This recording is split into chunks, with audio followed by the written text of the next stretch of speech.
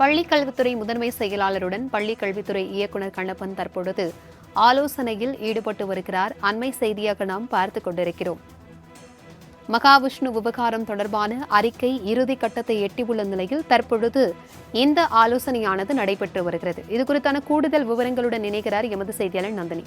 நந்தினி, தற்பொழுது பள்ளிக்கல்வித்துறை முதன்மை செயலாளருடன் பள்ளிக்கல்வித்துறை இயக்குநர் கண்ணப்பன் ஆலோசனையில் ஈடுபட்டு வருகிறார். இந்த ஆலோசனை கூட்டத்தினுடைய முக்கிய நோக்கம் என்ன? இது குறித்தான விவரங்களை பகிர்ந்துக்கோங்க. பிரபாவதி, மகாவிஷ்ணு விவகாரம் தொடர்பாக பள்ளிக்கல்வித்துறை முதன்மை செயலாளருடன் பள்ளிக்கல்வித்துறை இயக்குநர் கண்ணப்பன் தற்போது ஆலோசனை மேற்கொண்டு வருகிறார். மகாவிஷ்ணு விவகாரம் தொடர்பான அறிக்கை இறுதி கட்டத்தை எட்டியிருக்கக்கூடிய நிலையில் இந்த ஆலோசனை என்பது முக்கியத்துவம் வாய்ந்ததாக பார்க்கப்படுகிறது. சென்னை அசோக் நகரில் உள்ள அரசு பெண்கள் மேல்நிலைப் பள்ளியில் நடைபெற்ற ஆன்மீக சொற்பொழிவு நிகழ்ச்சியில் மகாவிஷ்ணு என்பவர் பாவ புண்ணியம் மறுபிறவி என சர்ச்சைக்குரிய வகையில் பேசியிருந்தார். மகாவிஷ்ணுவின் பேச்சை பார்வையற்ற மாற்றுத்திறனாளி ஆசிரியர் கண்டித்திருந்த நிலையில் இதற்கு மறுப்பு தெரிவித்த ஆசிரியரை மகாவிஷ்ணு மரியாதை குறைவாக பேசியிருக்கிறார். இந்த விவகாரம் சர்ச்சையான நிலையில் அரசு பள்ளியில் ஆன்மீக சொற்பொழிவு நிகழ்ச்சி நடத்தியது தொடர்பாக அப்பள்ளியில் பள்ளிக்கல்வித்துறை விசாரணை நடத்தி வருகிறது. மேலும் சம்பந்தப்பட்ட பள்ளி தலைமை ஆசிரியர் இந்த விவகாரம் குறித்து விளக்கம் அளிக்கவும் பள்ளிக்கல்வித்துறை உத்தரவிட்டது.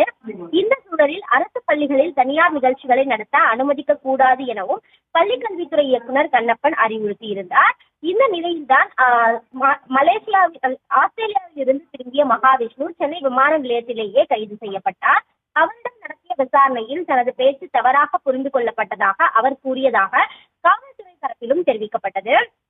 ஏற்கனவே மகாவிஷ்ணு மீது சைதாப்பேட்டை காவல் நிலையத்தில் வழக்கு பதியப்பட்டு கைது செய்யப்பட்டுள்ள நிலையில் திருவொற்றியூர் காவல் நிலையத்திலும் வழக்கு பதிவு செய்யப்பட்டிருக்கிறது. அது மட்டுமல்லாமல் 5 பிரிவுகளின் கீழ் போலீசார் வழக்கு பதிவு செய்திருக்கிறார்கள். இதன் நிலையில்தான் மகாவிஷ்ணுவை வரக்கூடிய 20ஆம் தேதி வரை நீதிமன்ற காவலில் புழல் சிறையில் அடைக்க சைதாப்பேட்டை நீதிமன்ற நீதிபதி உத்தரவு பிறப்பித்திருந்தார். அந்த வகையில் இது தொடர்பாக பள்ளிக்கல்வித்துறை அமைச்சர் பேசுகையில் மகாவிஷ்ணுவின் சர்ச்சை பேச்சு கண்டனத்திற்குரியது எனவும் இது குறித்து விசாரணை மேற்கொண்டு நடவடிக்கை எடுக்கப்படும் எனவும் தெரிவித்திருந்தார். அந்த வகையில்தான் சென்னை அசோக் நகர் பெண்கள் மேல்நிலைப் பள்ளி மற்றும் சைதாப்பேட்டை பள்ளிகளின் நிலவரங்கள் குறித்து பள்ளிக்கல்வித்துறை இயக்குநர் கண்ணப்பன் விசாரணை மேற்கொண்டு வருகிறார். அந்த வகையில்தான் விசாரணை நிறைவு பெற்ற பின் அறிக்கை தாக்கல் செய்யப்படும் எனவும் தெரிவிக்கப்பட்டிருந்த நிலையில் தற்போது தலைமைச் செயலகத்தில் பள்ளிக்கல்வித்துறை முதன்மை செயலாளருடன் பள்ளிக்கல்வித்துறை இயக்குநர் கண்ணப்பன் தற்போது ஆலோசனை மேற்கொண்டு வருகிறார்.